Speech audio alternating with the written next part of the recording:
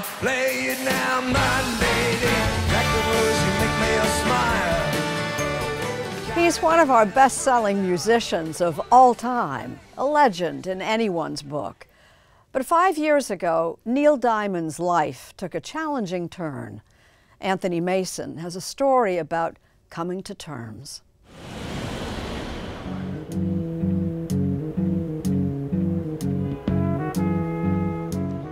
You wanted to make a musical. Yeah, I think all songwriters and performers have that. Not everybody gets a Broadway show. Not everybody does. But Neil Diamond has one now. A Beautiful Noise, the story of a singer who sold more than 130 million records. There we go. What was it like for you to go to New York and see the opening? Well, it was kind of like a dream come true because, I mean, literally, it's like, what is happening? Where it began. And it was absolutely wonderful. With his wife Katie by his side, the 82-year-old Diamond, who's rarely performed since he was diagnosed with Parkinson's disease, led the crowd in a chorus of Sweet Caroline.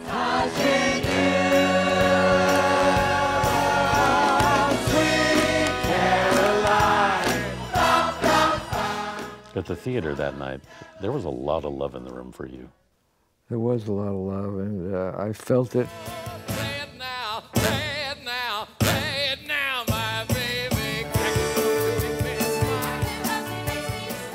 Were you ever getting flashbacks in the middle of the show? I think constantly, from the minute it started. Yeah. Like everything was a flashback. As the show was being developed, Diamond says he told the producers and writers, I wanted warts and all. I didn't necessarily love it, warts and all, but I wanted it. Will Swenson plays the young Neil Diamond, whose Olympian ambition undoes 2 marriages. Mark Jacoby plays the older Diamond, still haunted by self-doubt. This show is part of my psychotherapy, and it hurt. I didn't like looking at myself in many of the scenes. What part was hardest for you? It all was pretty hard. I was a little embarrassed, I was flattered, and I was scared. What were you scared of? Being found out is the scariest thing you can hope, because we all have a facade. Yeah.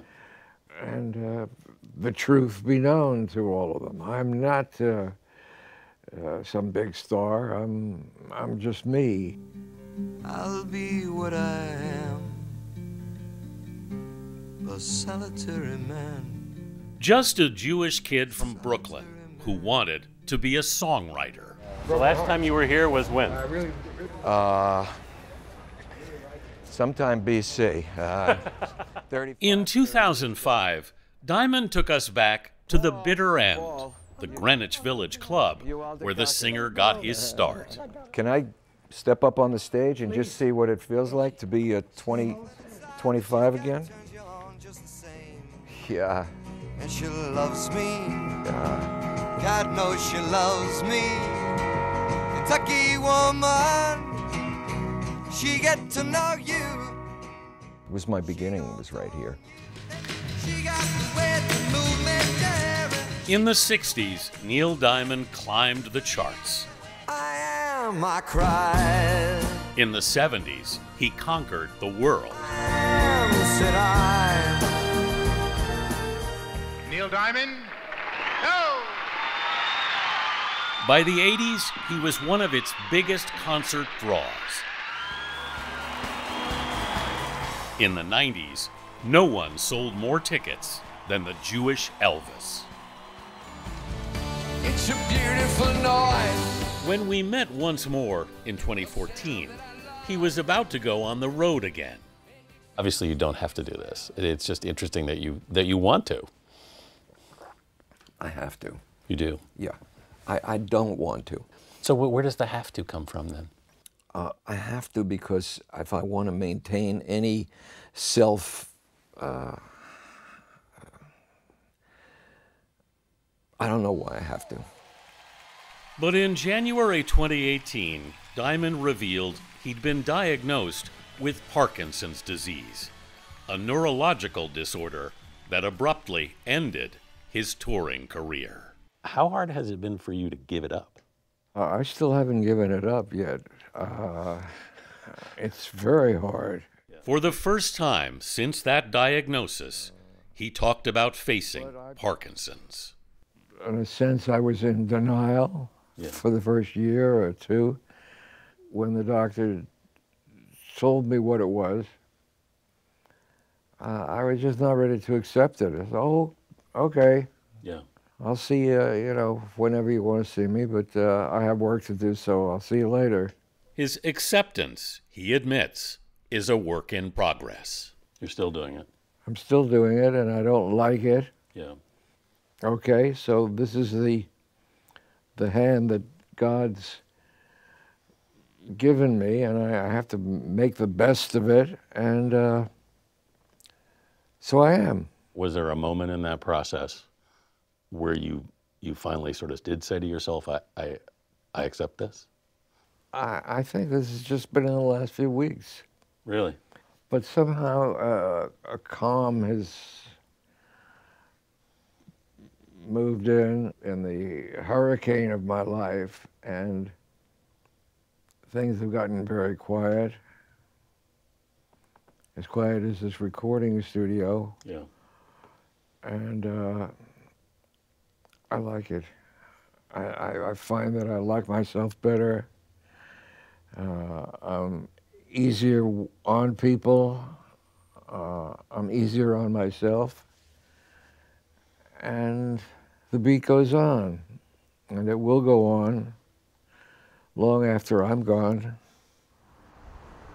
Diamond still regularly comes here to his Archangel studio in L.A., where the halls are decked with decades worth of awards. I still can sing. Do you need to still sing? Well, I like singing. I've been doing it for 50 years, and I enjoy it. What happens inside you when you sing? I feel good. Yeah. It's like all the systems of my mind and my body are working as one. Yeah. When I'm singing, and it's a great feeling. Giving you a pretty amazing life. I've had a pretty amazing life, it's true. And the thing was that I wasn't always able to look back on it and be comfortable with it, smile and feel I was worth it. I think all of that good stuff is starting to come into my life. Why do you think that is? Well, I can't really fight this thing, so I had to accept it, this Parkinson's disease, and there's no cure. Yeah. There's no getting away from it. You can't just say, okay, enough already, let's get back to life. Yeah. It doesn't work like that, but I've come to accept what limitations I have, and still have great days. Great days, like an opening night. Thank you so much. I just have to take life as it comes to me, enjoy it, be thankful that I've had it, especially having the life that I've had. For Neil Diamond, a life worthy of a Broadway musical. What does it mean to you? Well, to paraphrase Sally Field, they liked me. They really liked me.